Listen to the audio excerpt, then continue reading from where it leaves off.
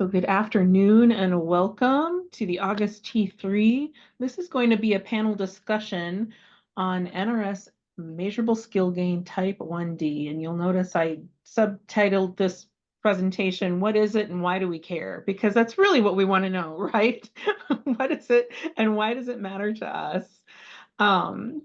So I've got just the agenda makes it look like more than it is, right? But it's really just going to be a discussion. So we've got some esteemed experts with us, but then we're going to hope that you're all going to have some input as well into how this is changing your thought process around our daily business as GED instructors. So first, I'll introduce our experts or let them introduce themselves.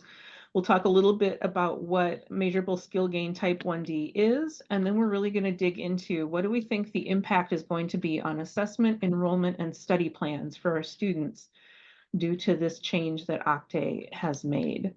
So here's our panel. We've got Jennifer Keys from Southeast Technical College, Stephanie Rittberger, Career Learning Center of the Black Hills, Nikita Maddox, Cornerstone's Career Learning Center, and of course, our esteemed leader, John Anderson from the South Dakota Department of Labor. I was going to try and handicap how much time we had in the field here on this panel of experts, and I know it's considerable. So Nikita's the youngin', and I think she's at 5 now, aren't you? 7? At 5 what? Years? How many years do you have? More than 5. I thought I was at 8. Oh, you might be at 8. Good grief, time flies. So, okay. So yeah, considerable expertise on the panel. I'm going to jump in and get my part out of the way right away because I don't have to talk much on today's session. So new measurable skill gain type 1D. This is the language from the email that John sent out to us kind of shockingly at the end of June. In response to public comments Octave received during the recent renewal of the NRS information collection, we revised the joint guidance to add a new MSG type 1D. States may report an EFL gain for participants who pass a subtest on a state-recognized high school equivalency examination. I'm going to confess I read it 3 times, partially to just figure out exactly what they were talking about, and then to make sure that I really was seeing what I was seeing. So in plain English, right? Now we're able to report educational functioning level gains for students who pass any single subject GED final exam at any time during our program year. Students no longer have to complete the entire GED certificate in order to evidence a measurable skill gain in our programs. So that's kind of the banner headline.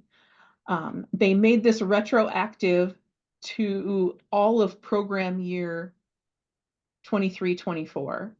Which I thought was also an amazing move for Octave to make. Apparently, when they make a decision on something like this, they don't mess around. I was really shocked about that. And John, I guess I'm curious, and you and I have not spoken about this, but so I'm kind of putting you on the spot, but have you heard any rationale behind the decision to make it retroactive for that whole last program year? Thank you for the question. You know, it caught all of us unawares. All the state directors nationwide, you know, and the association, there are a certain, you know, bureaucratic controls in place at the federal level where they have to go through, right, information collection requests, public comment period, a review, analysis, and response. And so some of those things were outside of the control, but you know, we were with the feds in May during our annual state directors meeting, and to get home a few weeks later and get this bombshell. Yeah. So my sense is that we have our federal stakeholders and, you know, participation nationwide has gone down.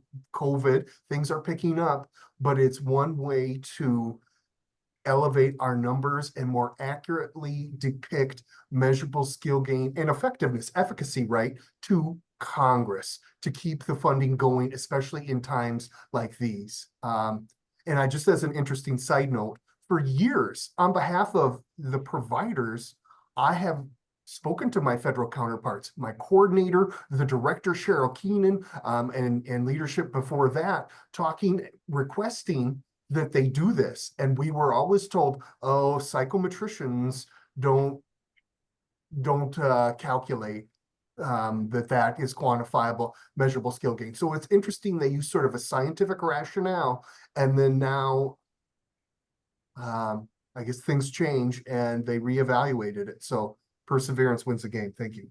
Well, one of the flag bearers in our state for this change, I know, was Gloria Plummer, and I thought it was ironic that shortly after she had retired, they went ahead and did it. And Steph, I hope you called her and told her that we finally won the battle. So yeah, and Steph said, I heard it was direction through COABE. Oh, but nobody thought it would happen retroactively. So COABE advocates on our behalf, and they are a strong presence in adult education. So I would not be surprised if they Yeah, had some influence there. I think that speaks well to the statewide association, SDR, local providers, Gloria, yourselves, instructors, the national like NAS Day, and other groups leveraging on behalf of our program, our teachers, and our students. So I'm glad the confluence of factors align to support everyone. Yeah. And I was just saying to Steph and Jennifer before we kind of let everybody else in, this is something that every time I talk to somebody new about it, I discover new ideas about how this might impact us, and new angles and new thoughts. It really can have an impact on a lot of aspects of what we do in adult education. So that's really the purpose behind this T3 today, is to kind of think through and talk through how some of our programs across the state are thinking about the impacts that this might have. And I want to talk about just number one, because it has to do with assessment. How might this impact the way we think about our assessments, pre and post, and how we use the TABE test, GED ready tests, and GED final tests as assessment tools now. So I'm just going to just kind of open the floor and let some of our panelists and anybody else who's on the in the meeting talk about some of the things that you thought of that might change because of MSG type 1D. I have a question. So the first one was talking about, do we still pretest in multiple subject areas? What's the cost difference between a TABE subtest and a GD ready? I asked that yesterday, Nikita, so I'm glad that you brought it up today. Yep, very good question. So the state did with leadership monies probably a year and a half ago or so, with the hope it would cover us 2-3 years, 6,001 TABE assessments at 18,000 plus. So I think it worked out to just a little over $3 per TABE subtest, or per TABE administration. I'm sorry, per TABE administration. A reading is one administration, language, math. GED readies, I know you purchase them either GED direct or through one of the various vendors. And I think that too scales based on the number you purchase. I mean, it seems like they're anywhere between $2.50 to $6, depending on the bulk rate. I don't know. Thoughts on that or context? Well, and John, one of the things that I had asked yesterday for clarification about that pricing is that, if we assign essentially a complete battery to students, that's $3 per each of those subtests Right. in that administration. So yeah, we're getting close to like $9.30 some cents, I think, if for all three TABE pre-test. Now, Nikita, you said GED ready, right? And that came up in conversation too. Wow, the GED ready is such an important instrument or tool at determining GED test readiness. It is not in and of itself an NRS assessment. Right. And so the question was, well, why do we put that into LACIS? But it tells such a story, especially when our students stop out, transfer, return, persist. But still, without at least a single subject pretest, we can't put an individual on the NRS tables. And if we can't put them on the tables, we can't report that GED or the subtest. Go ahead. Well, and my thought on this, or at least where I'm kind of falling to at this point, is my thought is that I'm giving the TABE and I'm giving the GED readies for two totally different purposes. When I'm getting people in to take the TABE, I don't have any idea of where their educational gaps are at. So I am thinking that probably, at least as we start, we will still give reading and mathematics, because we need to inform instruction in some way, shape, or form as they begin. But then moving forward, I'm looking at a post-test. I probably will post-test much less frequency, with much less frequency. And I'm hoping to save money that direction, and also save staff capacity, because I won't have to use my staff to be post-testing and giving practice tests and with that assessment portion. So I think that it's going to be quite a financial savings, a savings in time, a savings in terms of student frustration with testing, multiple testings. Jennifer, I saw you nodding when Steph was talking about that. Is that kind of where you're leaning as well? Yeah, I would agree with that. We will still do the whole battery TABE for students who are coming to us initially. Returning students, it's really going to depend on where they were when they tested before, if it makes sense to do that whole TABE battery or not. But yeah, and then the post-testing won't always be necessary going forward. I'd like to point out, I drug around computers, like laptop computers, to students' houses to get post-test administrations done. So in terms of my own time and my, this will be a big savings for me. Yeah. So a few things I'd like to unpack and press you on. Like, one, student comes to you, let's say they have one or two of their GED subtests done.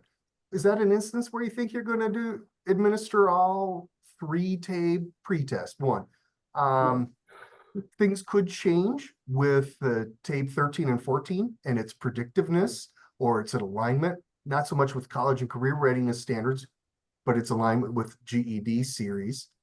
And I'm wondering, that's another variable that we're going to be dealing with over the next number of months, and if not years. And so do you anticipate that it's that initial pretest, and then based on that might inform how many more pretests you need for diagnostic purposes versus, oh, they're in a GED track, let's just get them in there and bank on the high school equivalency subtest? Thoughts? I think it's going to depend on each student and what I'm trying to accomplish with them. And I think it's going to take some forethought and planning. But I've used the TABE test to predict how they're going to do on an AccuPlacer. So sometimes if they're planning to go to college, I would still give a TABE test, because I need some information that's different from what I'm getting in GED Ready. But if they're not planning to go on to college right away, or they're going to do something different, then it's just very subjective at this point. And I think it's going to be some trial and error and figuring it out as we go along.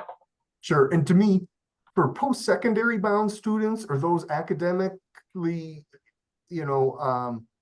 pathed,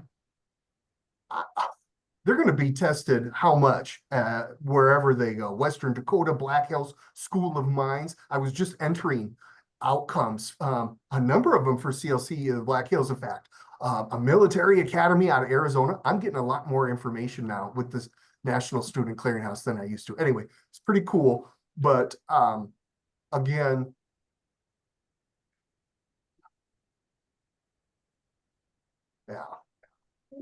how we meet our learners where they are and how easily we're able to put them in that track. And for those who aren't in that GED track, what does post-testing mean for them as well? I think one of the things that I was thinking of yesterday, John and I were in Chamberlain meeting with some of our DOC colleagues. And we had the same kind of conversation with them within a different framework. But one of the things I was thinking as I drove back home yesterday after that is John alluded to, tape 13, 14, and how does that change the game? We've been talking internally about how difficult it's going to be. We're pre-testing on 11, 12. Anybody who pre-tests on 11, 12 is going to have to post-test on 11, 12, and then potentially pre-test on 13, 14 shortly after. Now, unless they're absolutely not GED ready in any subtests, maybe they don't have to post-test on 11, 12 this year. Maybe we can do that 11, 12 for the pre-test if they're able to pass a subtest in the GED within the program year. We don't have to worry about that 11, 12 post-test. We can just pick up in July if they're a continuing student, get that new TABE test, move on. And I don't know about all of you, but it's an easier sell for me to talk about GED than it is to talk about TABE testing with our students. Nikita and I had a conversation, again, just kind of internally, and I know, one of the things you were kind of kicking around is, and I might just flip the slides, and trust me, we're still talking about assessment. So if you want me to flip them back, I sure will. But one of the things that we had talked about was impact on enrollment. And I think it's both assessment and enrollment, but Nikita teaches our Navigating the GED class, which is kind of a drop in and out class for our students who are getting close to testing or maybe just need a little bit to get over the hump on a test, and are looking for some very specific instruction. It also includes getting ready for the GED kinds of tips to help students acclimate to the testing format. But she was talking about for those students, maybe they only need one subject area TABE to get started. And then we think about the second one further down the line. And Nikita, did you want to talk a little bit more about that? Yeah, that's kind of the approach that I've been taking. Like I pulled up a student as an example. Math is her weaker subject. She feels pretty confident about reading. She wants to start with a math class or she's definitely studying math, but probably studying more than one subject. So I tested her in math in the TABE. She scored really well. Once she hits 12 hours, I'm probably going to offer her a GED ready test in one of those reading areas, because I can kind of take an educated guess that if math was her lower subject and her math score was really high, I could have her do the 2.5 hour reading test, but I can kind of already predict what it's gonna say. So I would rather jump straight into that GED ready test and get a number that's going to be reflective in how she's going to do on the final test, or to get a more concrete list of the test material that she's going to need. And one of the things in addition to just not having students doing so many tests and trying to explain why what the TABE is and why they're doing that and then doing the ready, I also think that it's going to be nice a nice way for students to see where they're at on the roadmap and see progress, that, okay, I started with this test and then I'm going to go here. I don't know how to explain it. I feel like with the subtest being a gain, it kind of breaks up the roadmap a little bit more. We're not looking at start and end. We're looking at start and these chapters between, which, I mean, we were before too, but I think it's a little more concrete now. Nikita, I think that's so important. Those are milestones, right? And in some instances, they're upskilling 2 or more grade level equivalencies of content in weeks or months, and it's worthy of celebrating, right? And so to me, right, not to track our students, but here, this is the ABE track who are looking to skill build. And Because of that, we're going to show that skill building via a post test. I don't want it to be onerous, but like you said, some teachers want all the diagnostics, all three. They need it or they want it. Some feel comfortable with less, you know, and that's where I defer to you and your expertise and the skills you bring to adult education in the classroom. And then just the quirk, right? For many, many years, the state program has been able to subsidize, particularly the adult basic ed assessments, particularly TABE, right? Best Plus, Best Literacy, you've often purchased your own. But, you know, in the future, my hope is that I can pass forward instructional funds for you to help us with those bulk purchases. But, you know, what if you had to pay for those assessments out of your local grant funds? You know, how would that change the calculus? Anyway. Well, and I think what Nikita was talking about too, it really echoed what Stephanie and Jennifer were saying as well about it being a case-by-case basis with students and being able to tailor that, even the pre-test and post-test aspect of what we do to the student and their particular needs and their particular goals, really, at this point. So, before this, we were even looking at restructuring some of the math class, and truly, we Carrie Smith, who's a new teacher with us, who's got a lot of curriculum development prowess in terms of being employed through the school districts, and she's done a lot of teaching in other areas. She's really worked on that, and we took a good look at how can we streamline this and how can we make it a little more effective for those that are going to come in and they're only going to need a TABE in math, and then they're going to need to roll their way through math really quickly, or maybe science and math. And how are we going to restructure what we call fast track math? Yeah.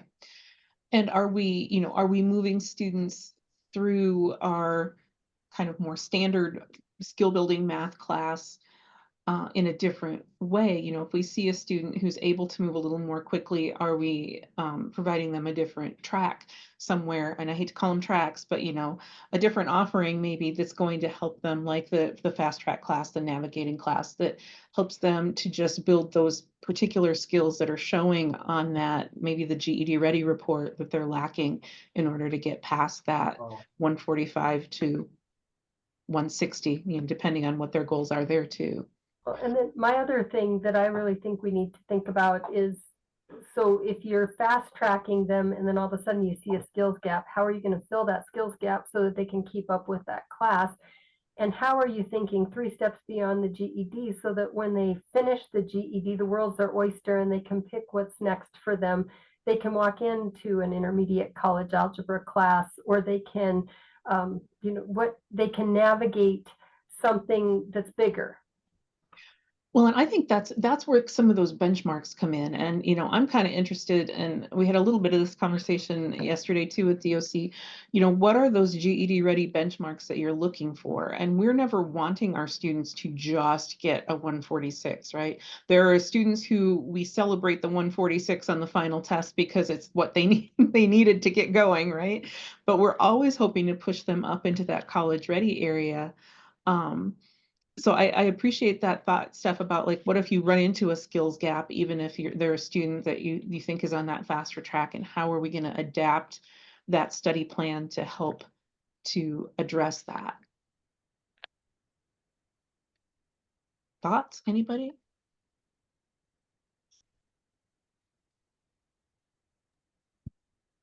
This doesn't necessarily answer this question, but it's kind of along the same lines. You know, because of where we're located, right inside a technical institute, many of our students come here with the idea, if I get my GED here, I can go straight into nursing or a healthcare program, which is what a lot of our students want. Mm-hmm. We talk to them all the time about just barely passing the math test is not going to prepare you for the TEAS test. There's Right. more testing. There's, you know, you need more than just that, you know, basic pass to be able to keep going if that healthcare field is what you want. Mhm. And, you know, sometimes we can convince them that, hey, what we offer is free. If you go into college and you need that skill development, you have to pay for that. But those that we can't convince, have any of you found some magic catchphrase that gets them to kind of buy into what you're trying to tell them? They're going to college. I always talk to them about how those remedial classes eat up their federal financial aid, and they are paying through the nose for that. Plus, beyond just having that financial piece, they are spending a whole lot of time on a class that is not counting for graduation.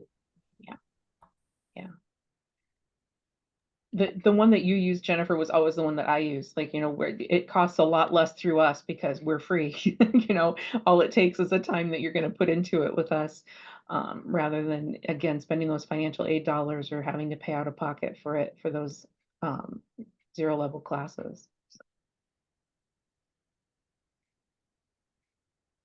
But I think it still speaks to, you know, working with the individual student, thinking about their eventual goals and trying to tailor that message to them as much as you can about what we're doing and how it serves those goals. One thing I've noticed with with doing enrollment with some of my students, if I'm looking at it as, let's do the one TABE subsection, let's do, you know, let's get into a final test, and not spending that extra time doing the complete TABE battery. I feel like we've had a little bit more time where we've been talking about post-secondary, or you know, we've been talking about how to get in touch with an admissions counselor, or, you know, we can spend more of our more of the time that I have with the student on some of those things that I don't think I would hit on as much before, because, you know, you have so much that you have to get done before somebody, you know, you want to have them be completely enrolled by the time they start classes, and classes start on Monday. And so I think that not having the maybe pressure of doing as much pre-testing and post-testing frees up some good teacher time for those other areas. Yeah. John, the last bullet point on this slide is one that I kind of want to pass to you. You alluded to some of the potential assessment policy edits yesterday during our time with DOC, and I wondered if you might want to talk a little bit about that with this group as well. Sure. So as it relates to policy edits, of course, we'll be updating our assessment policy with these new assessments: a new TABE 1314, a new BEST Plus 3.0, a new BEST Literacy 2.0, all by the 30th of June 2025. We need to transition those old assessments sunset. And for a number of years, we've had the ability to push forward, we call it, an assessment 180 days or 6 months. So in practical terms, an assessment that was administered on January 1st, 2024 can be pushed forward into this current program year, right, that started July 1, 2024, as a valid pretest. Now, of course, with the old assessments, we can't push those forward, and Becky had alluded to that need to transition. Are we going to try to get that high school subtest, or are we just going to try to get or a TABE 11 post test, or just focus on that table 13-14 pretest, sorry. And I want to allow you maximum latitude. The current policy does read that if a student has stopped out for 180 days, that we need a new pretest. But there are plenty of situations where these students have been long time attendees on and off, started and stopped, or just a capacity issue whereby the publisher still deems the assessment from last March valid.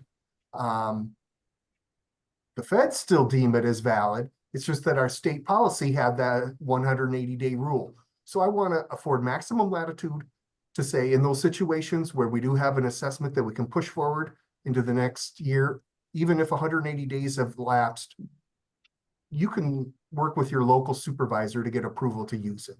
And those situations, like I said, it happens with some frequency. But again, if you need more diagnostic information, you want to use a tape test as a formative assessment, right? You always have that latitude. And I'm sure you have a lot of other tools, whether it's star reading or essential ed, or how many different supplements that you use for ongoing assessments. But I want to recognize your professionalism in your latitude at the local level. I know would- we've had, oh, go ahead. Well, and just one other thought, when we were talking about fast track, looking at our data from this past year, 53 students statewide had an NRS level 5 or 6. And so that's 4.7% of our ABE population. Not the entire pop, just ABE NRS 1 through 6 students. So it's a small section. Again, that new TABE could change that breakout significantly or not, to be determined. But I'm just excited about the ability, right? A single subject pretest affords how many opportunities to show measurable skill gain? With just a single math pretest, we could show gain with a math post-test, a GED math, language arts, social studies, science, or if they earn a credential, that not only counts as a credential, but also measurable skill gain for the entire year.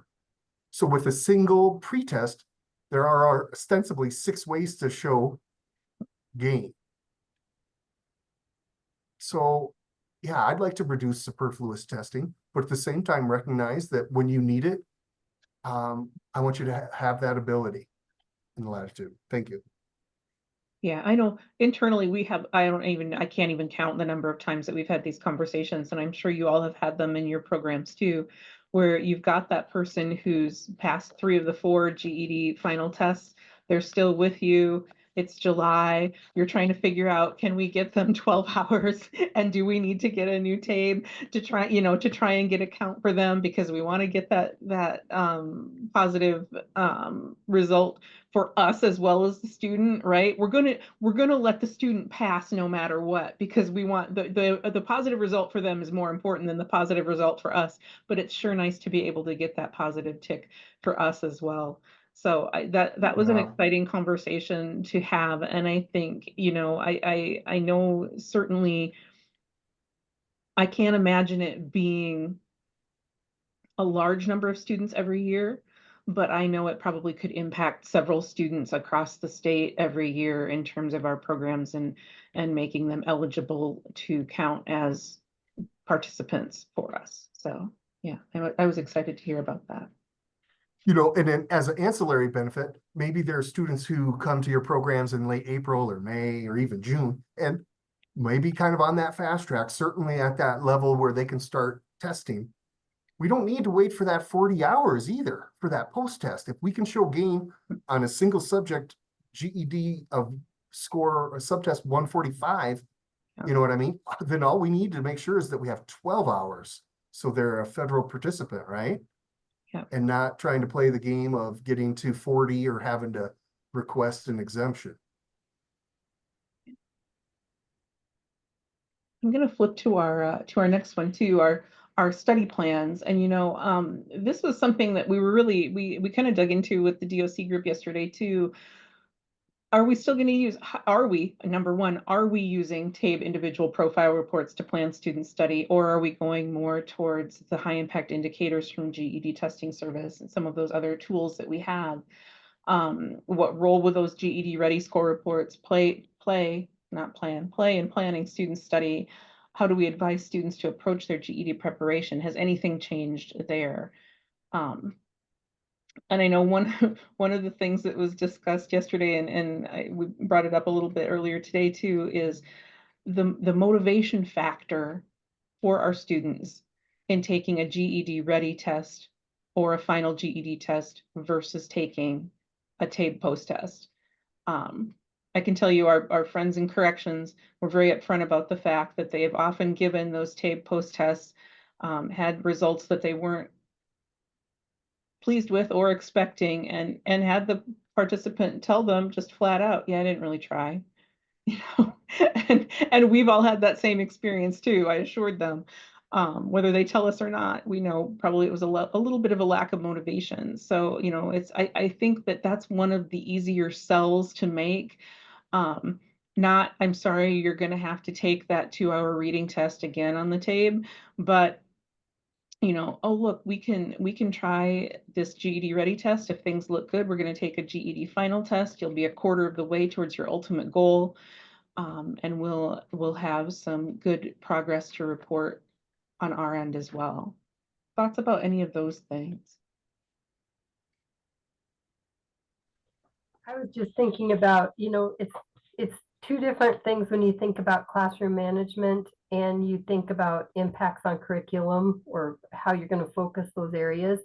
And so when I'm really thinking about classroom management, I think it will be a motivational piece. And I think that it's going to help people to think that, okay, I'm going to make progress in this much more quickly, and I'm not going to be encumbered by having to test and retest. So I think that's going to be good. And then I think we can kind of focus on that test preparation, but then you also have to make sure you're getting that skills build in between. So it's like, it's just a really big balancing act between getting test taking skills, getting the actual skill build that you need, and figuring out how to push in those curriculum pieces that are going to fill those gaps. Yeah. And I know the wild card here in all of this is TABE 1314, right? What is that test going to look like? What are the diagnostics from that test going to tell us?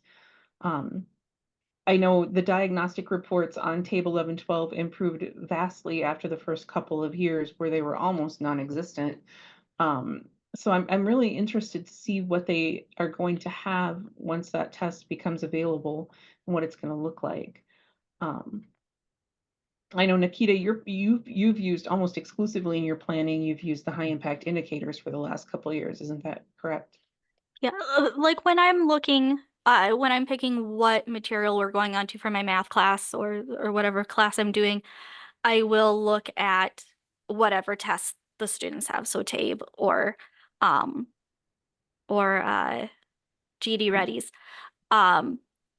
When I'm planning like my navigating the GED classes or our accelerated, like our fast track kind of classes, I am spending a lot of time with the high impact indicators, and I've really noticed that the high impact indicators, I mean, we can assume they're accurate because they put them out there and say they're accurate, but I really found that they match up very closely with what our students actually need, and helps us kind of narrow down some of the things to focus on for students who don't have a whole lot of extra time, you know, to put into class for an extended time.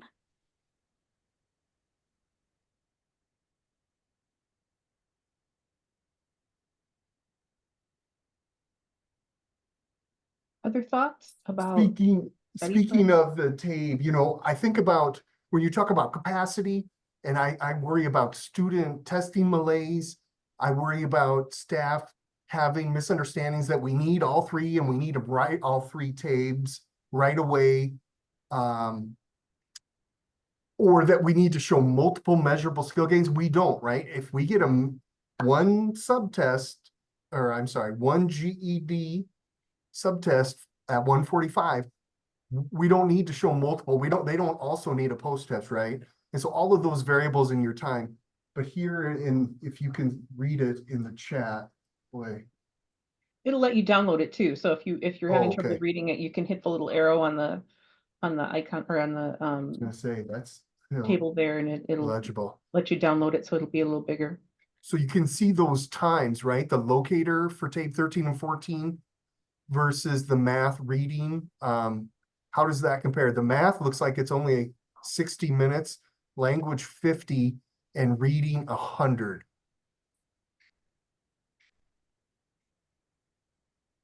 And of course, this is subject to change. This is preliminary tape information. I was gonna say, I was That not probably aware that was even out yet, but Yeah, it's preliminary.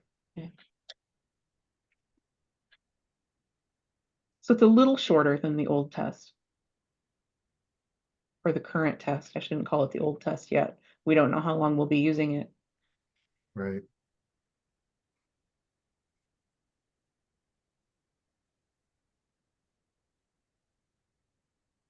Any other questions that are out there, kind of lingering thoughts that you want to share?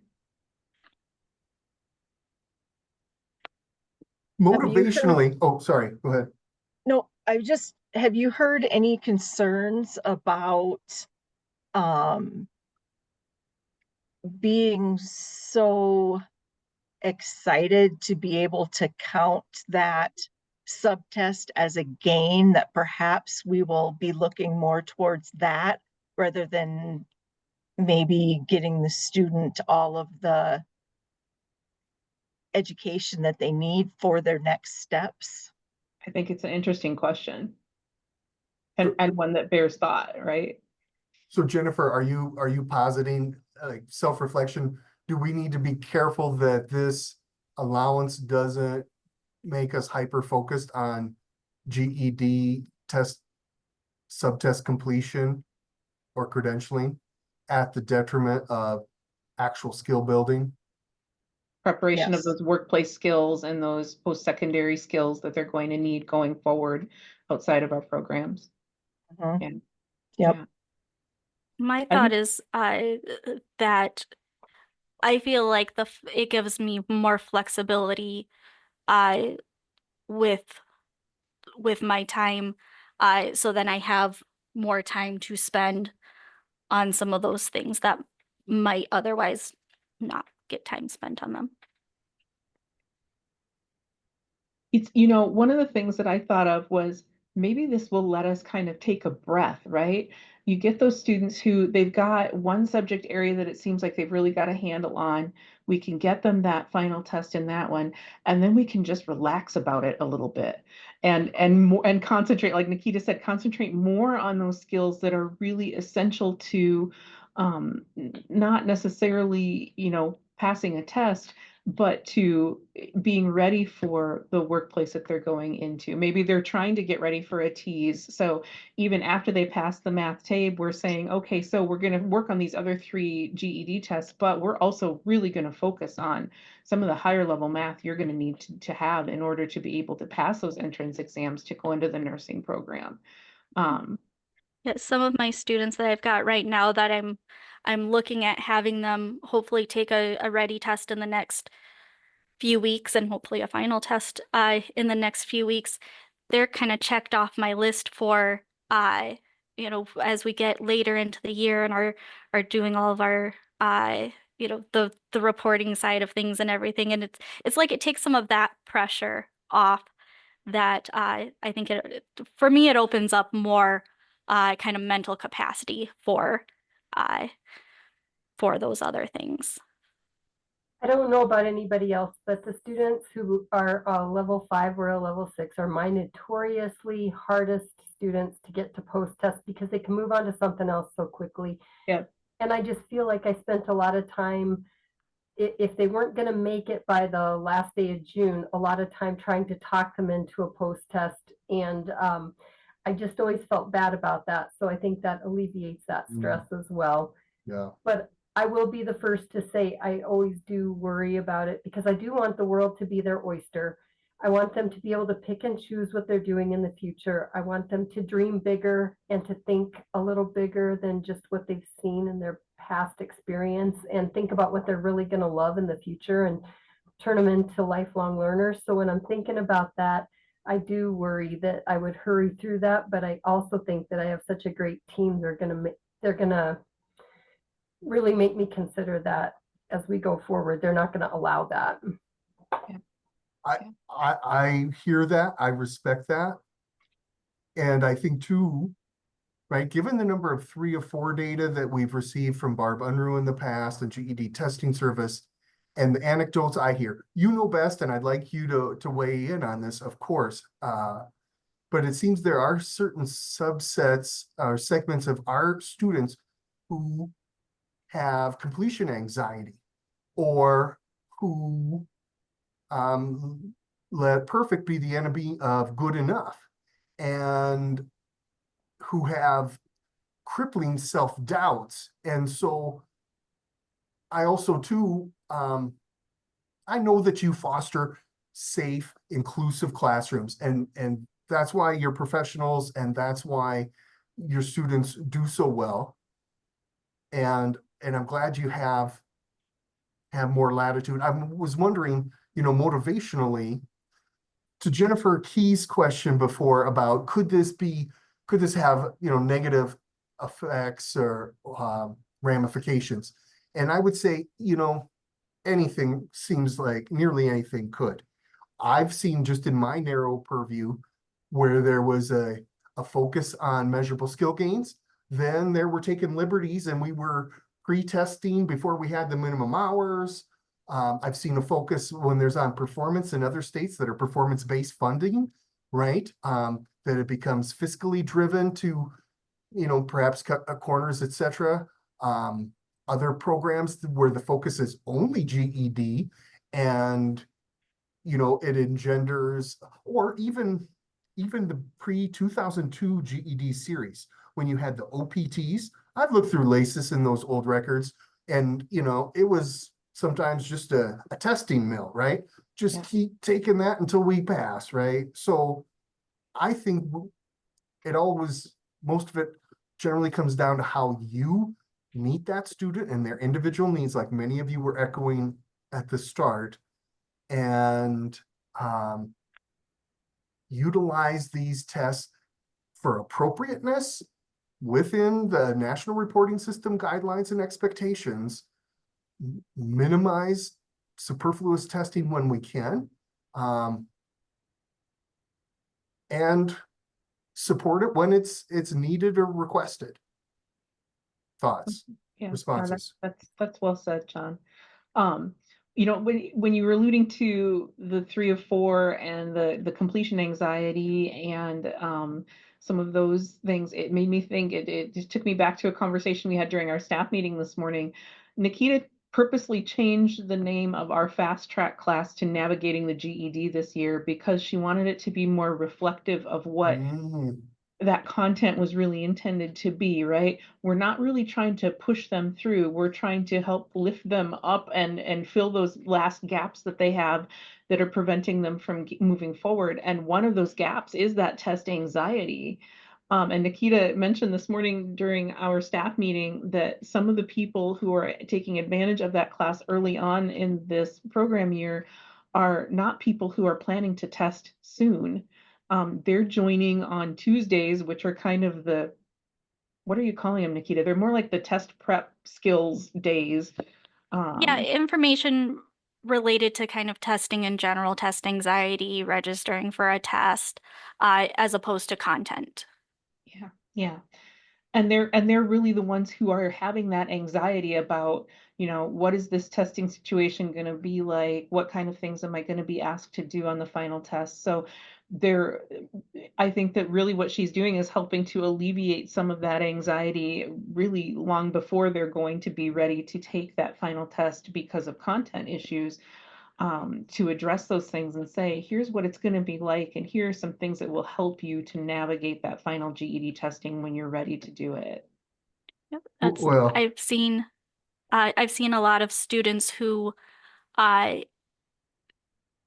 according to test scores, look like they're ready to pass, but they aren't the same ones who are taking final tests. So, it's not necessarily the academic information that's holding them back. It's other things, and so we're trying to address that there.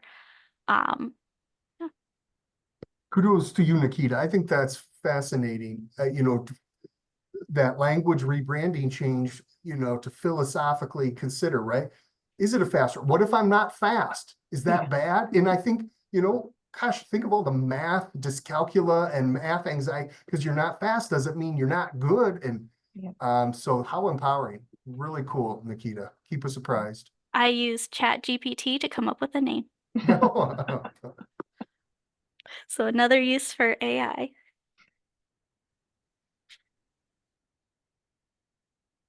That's great. Any other thoughts, comments, questions that we can address during our time today? We've got, according to my clock on my computer, about 8 minutes left, if we want to use them. I won't make us sit quietly and stare at each other if we're done talking.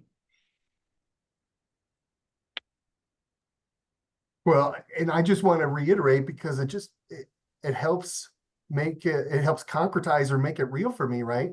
We really only need a minimum of one pretest, one valid and reliable pretest score in a fiscal year, right? To place them on our federal tables.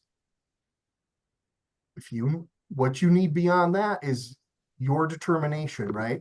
But to, you know, oversimplify for sure, tracks, is this someone who's going to earn a high school subtest score?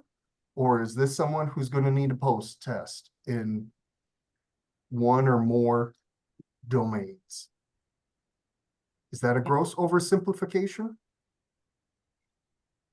I don't think so. And I think, you know, one of the things that I've thought of is you do that initial TABE subtest for program entry. And if it's a level 4 or above, you know, this is somebody who maybe is going to be able to take and pass a GED subtest during the year. If it's a level 2 or 3, you know, that person's probably going to be doing some skill building. And then maybe you elect to do that second subtest sooner rather than later. So you've got more diagnostic information about more of their skills. I think what Steph said at the beginning is probably one of my main takeaways, which is it's going to be a process to try things out, wait and see how it works, you know, reevaluate as we go. We're going to have to learn on the fly here, as we always do in adult ed, but even more with this one, just to kind of see, we're going to try some things, see how it works, and maybe adjust and reevaluate. And I certainly hope that we can keep some communication going about what different programs are trying and having success with, or maybe trying and not finding success with, so that we can avoid some pitfalls as we move forward in this kind of new realm. So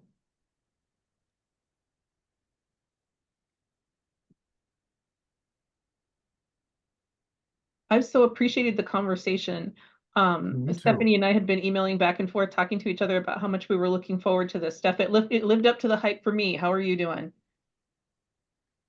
It's always good to hear what other people are thinking and to make sure that I'm not missing something or that I'm not considering something. I like it when I hear what other places are thinking about and doing.